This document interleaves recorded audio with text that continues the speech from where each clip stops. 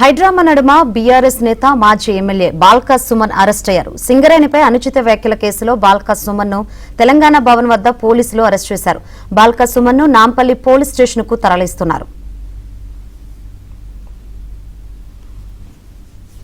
మరిన్ని వివరాలు అందించేందుకు మా ప్రతినిధి ప్రవీణ్ సిద్ధంగా ఉన్నారు. ప్రవీణ్, ఇప్పుడు బాల్కా సుమన్ పై పలు సెక్షన్స్ కింద కేసు నమోదు చేశారు. ఇవి ఎంత స్ట్రాంగ్ గా ఉన్నాయని చెప్తున్నారు? నాన్ బెయిలబుల్ కేసు అంటున్నారు. ఎప్పటి వరకు బెయిల్ రాకుండా ఉండే అవకాశం ఉంది, వచ్చే అవకాశం ఉందని చెప్తారు? ప్రస్తుతం అయితే బాల్కా సుమన్ ను పోలీసులు అరెస్ట్ చేసి తెలంగాణ భవన్ నుండి నేరుగా నాంపల్లి పోలీస్ స్టేషన్ తరలించారు. ప్రస్తుతం నాంపల్లి పోలీస్ స్టేషన్ కు బాల్కా సుమన్ చేరుకోవడం జరిగింది. నాంపల్లి పోలీస్ స్టేషన్ లో బాల్కా సుమన్ ను విచారణ జరుపుతున్నారు. ఇప్పటి వరకు అతని పైన 6 సెక్షన్స్ పైన కేసు నమోదు చేసినటువంటి పోలీసులు సుదీర్ఘంగా విచారణ జరిపిన తర్వాత ఈ రోజు సాయంత్రంలోగా బాల్కా సుమన్ ను రిమాండ్ చేసేటువంటి అవకాశం అయితే కనపడుతుంది. ఇక 10 సంవత్సరాల కంటే ఎక్కువగా శిక్ష ఖరారయ్యేటువంటి సెక్షన్స్ పెట్టడం జరిగింది.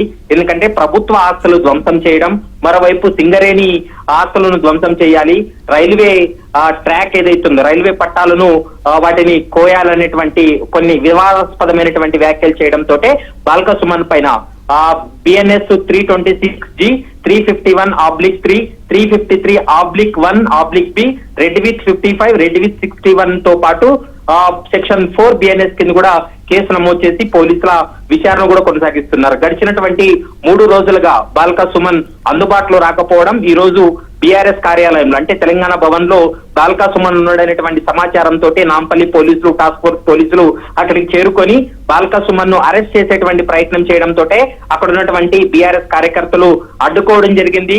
నాటకీయ పరిణామాల మధ్య హైడ్రామా నెలకొన్నటువంటి సందర్భం ఉంది.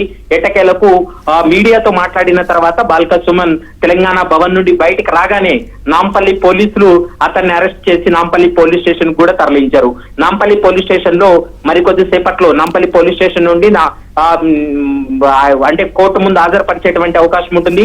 కోర్టు ముందు హాజరుపరిచిన తర్వాత జ్యుడిషియల్ రిమాండ్ కూడా తరలించే అవకాశం ఉంటుంది.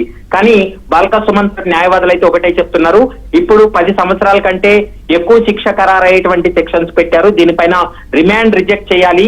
ఎక్కడా కూడా కేవలం మాటలు మాట్లాడాడే తప్ప తను ఎక్కడ కూడా అలాంటి సంఘటనలు జరగలేదు కాబట్టి ఈ సెక్షన్స్ వర్తించవని ప్రస్తుతం వారి న్యాయవాదులు చెప్తున్నారు. కానీ పోలీసులు చెప్తున్నారు ఇలాంటి వివాదాస్పద వ్యాఖ్యలు చేసినప్పుడు BNS చట్టంలో ఈ సెక్షన్స్ ఉన్నాయి కాబట్టి ఖచ్చితంగా ఈ సెక్షన్స్ వర్తిస్తాయి, ఖచ్చితంగా అతన్ని రిమాండ్ తరలిస్తాము, న్యాయస్థానం ముందు హాజరుపరిచి అంటూ కూడా ఇప్పటికే ఏసీపీ ప్రవీణ్ కూడా స్పష్టం చేసినటువంటి పరిస్థితి.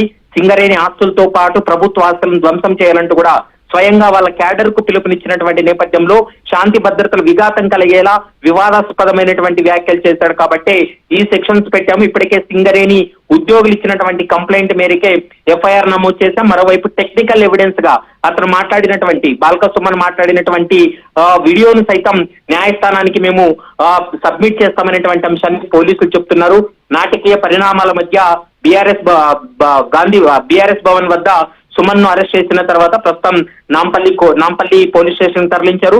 నాంపల్లి పోలీస్ స్టేషన్ లో మరొక 1-2 గంటల పాటు విచారించిన తర్వాత న్యాయస్థానం ముందు కూడా హాజరుపరిచేటువంటి అవకాశం అయితే కనిపిస్తుంది. శంకరి, అయితే రేపు సండే కదా, మరి ఈ రోజే కోర్టులో ప్రవేశపెట్టే అవకాశం ఉందంటారా?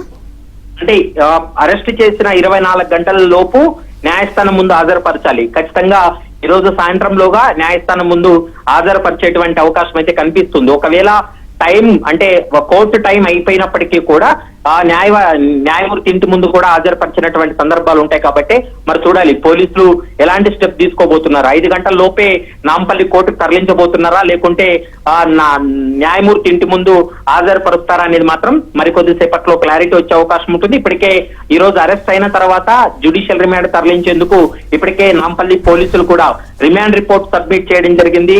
మరోవైపు ఈ కేసులో ఒకవేళ రిమాండ్ అయిన తర్వాత కూడా ఈ కేసులో మరింత లోతైనటువంటి దర్యాప్తు కోసం, విచారణ కోసం కస్టడీకి కూడా కోరుతాం. కస్టడీకి తీసుకొని కూడా విచారణ చేయాల్సినటువంటి అవసరం ఉంటుంది. ఇది ఒక కుట్రపూరితంగా తను చేసినటువంటి వ్యాఖ్యలు ఉన్నాయి కాబట్టి దీనిపైన పూర్తి స్థాయిలో దర్యాప్తు జరుపుతామనేటువంటి అంశాన్ని ఒకవైపు పోలీసులు చెప్తున్నటువంటి మాట.